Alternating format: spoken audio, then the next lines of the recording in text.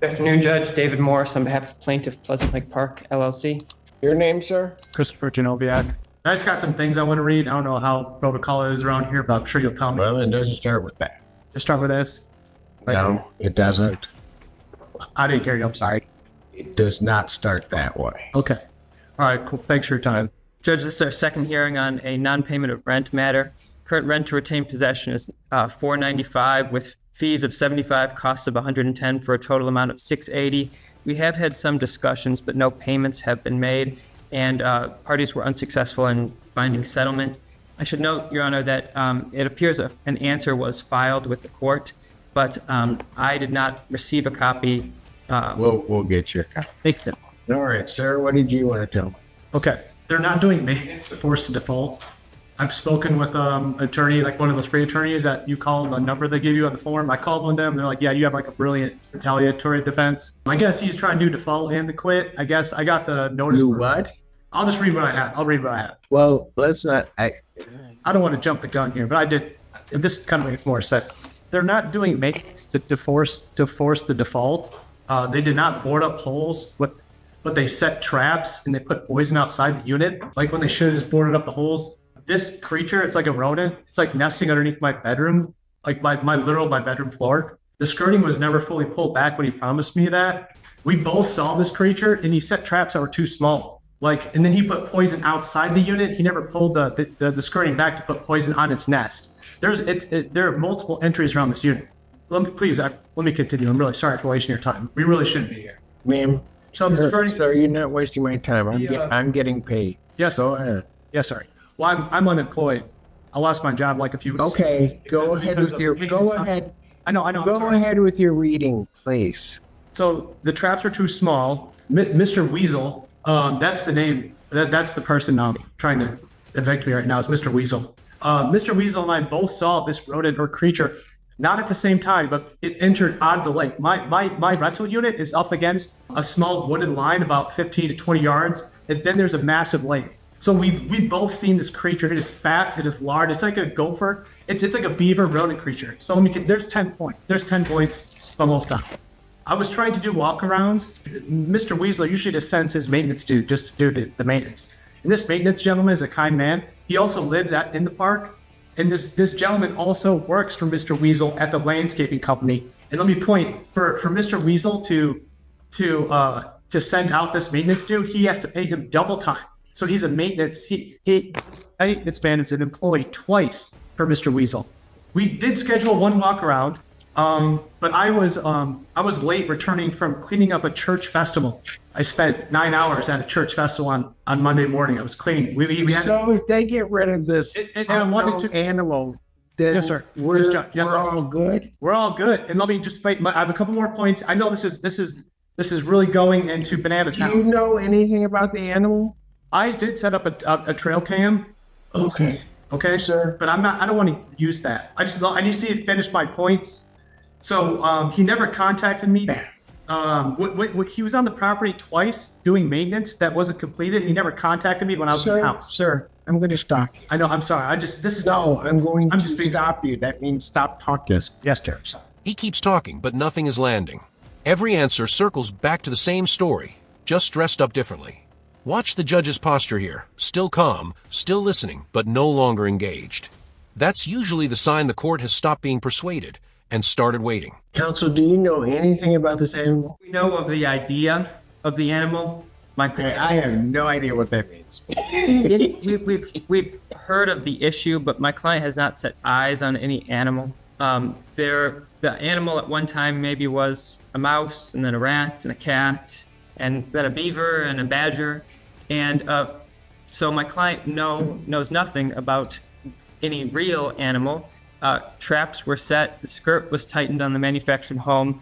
He has been out, or his management has been out on multiple occasions and has responded to all legitimate requests.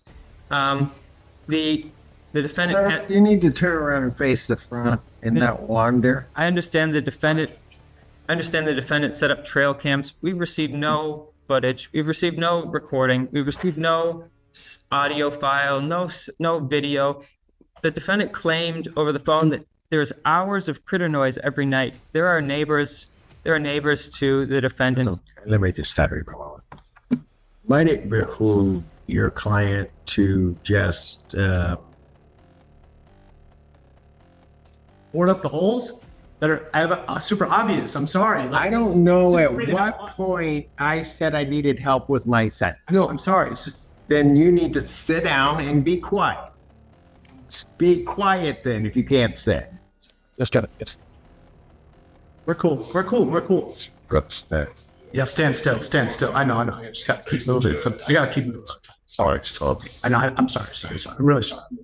But might it behoove your client to just hire a company to come out and look and make a determination based upon evidence that they see as to whether or not this creature exists or not? Because quite frankly, if there's a company that goes out and they tell me, yes, there's an animal, then they can tell you how to eradicate it. If they say there's not an animal, we're going to be at a point that there's not an animal. And apparently not one that grows from a mouse to a beaver in no time at all. I've never heard of one in Michigan, but we'll see. All right. So how long, do you think your client would be interested in doing that, counsel? Yes, Judge. I think my client would be happy to get an extermination company to come and write a report. Yes. How long do you think it would take you to do that? Because I can put this over to the 7th or 14th. What would you? And I'm going to order escrow. So. Thank you, Judge. I think the 14th would be A better thing. better. What does that mean? What does order escrow? So I'll explain that in a moment. Sure. How much is monthly rent? Monthly rent is $12.50, Your Honor. But portion of it is paid. Correct. There was What's his portion? Do you have Section 8 or something like that, sir? Just SSDI. So you pay your full rent? Yeah, I got. I'm not employed now because of the noises underneath my bed every night for 3.5 months. All right, I'm going to order escrow in the amount of $1,250. That is to be paid within 7 days of the date that it's ordinarily due. I have. You have to, and what I mean by escrow, sir, is you need to bring escrow to the court. That's funds. Pay them to the court until this is resolved. When you bring it to the court to pay, the $1,200 must be in cash. We do not take checks or other forms. So, understood? Not understood. I have additional comments. This is where the disconnect becomes obvious. The court is asking for something simple, and he keeps offering something else entirely. Not defiance, not anger, just avoidance. You can feel the room settle into that quiet understanding that this isn't going anywhere productive. Then I'm not sure if he just wants to like evict me in the future again. But the bathroom floor is sinking by like 1.5 inches. Like there's like a hole in the bathroom floor. There's like, I've already made this maintenance request. It actually, so there's an animal. I found this out about 2 nights ago because I had missing food. There's an animal entering my living room through the vent. This is the trailer from the 80s. So like this past week, I've had like, and I know exactly which vent it is. I've complained about that. So like there's now an animal entering my vent that I found out 2 days ago, and because it's been eating my leftover food. It's going into my living room. This is a super old trailer, like massive. There's holes all around. He's already boarded up 10 feet on the main stairs. He's boarded up 20 feet on the south side, and I'm asking for like 8 to more 10 feet. What is your next point? So my next point is this trailer. So here's my official request, Judge. I want a state inspector. I want something from the state. Then if you want a state inspector, you can call them and have it inspected. Yeah, okay, super. And then I'll find out about this private inspector. Is that what I should be expecting? Because I want a state inspector. I'm not going to tell you to expect anything. Okay, Say right. you want it inspected. I want an inspector. Find out whether or not somebody's going to inspect it. What's your next point? My next point is the bathroom floor sinking. I think this unit should be condemned. It should be pulled off the property. We all have our thoughts and our process. I don't know. I'm going through that process right now. I'm just Okay, with wonderful. green thumb. So, but this unit needs. Is there another point? That was Judge. I appreciate your Is time. that it? Yes, Judge. Thank you. Thank you, Judge. Check the bathroom floor, please, counsel. Yes, Judge. Thank you, Judge. Thank you, Judge. Thank you for your service. Rick, we'll be in touch about give you some notice before we. Hey, come here.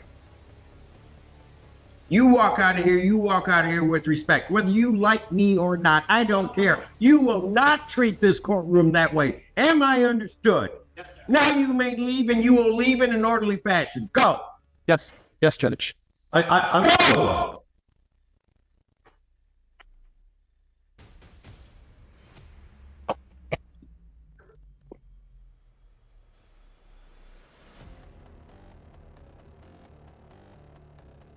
Was that the end of that block?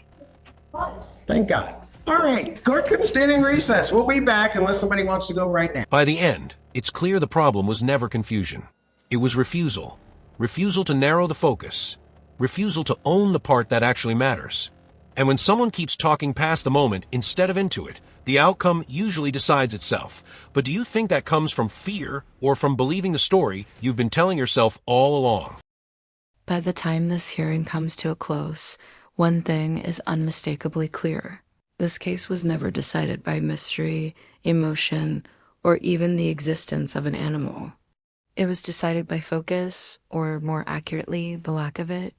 The court entered this hearing with a narrow purpose, a non-payment of rent issue, a request for possession, and whether the tenant had a legally valid reason to withhold rent.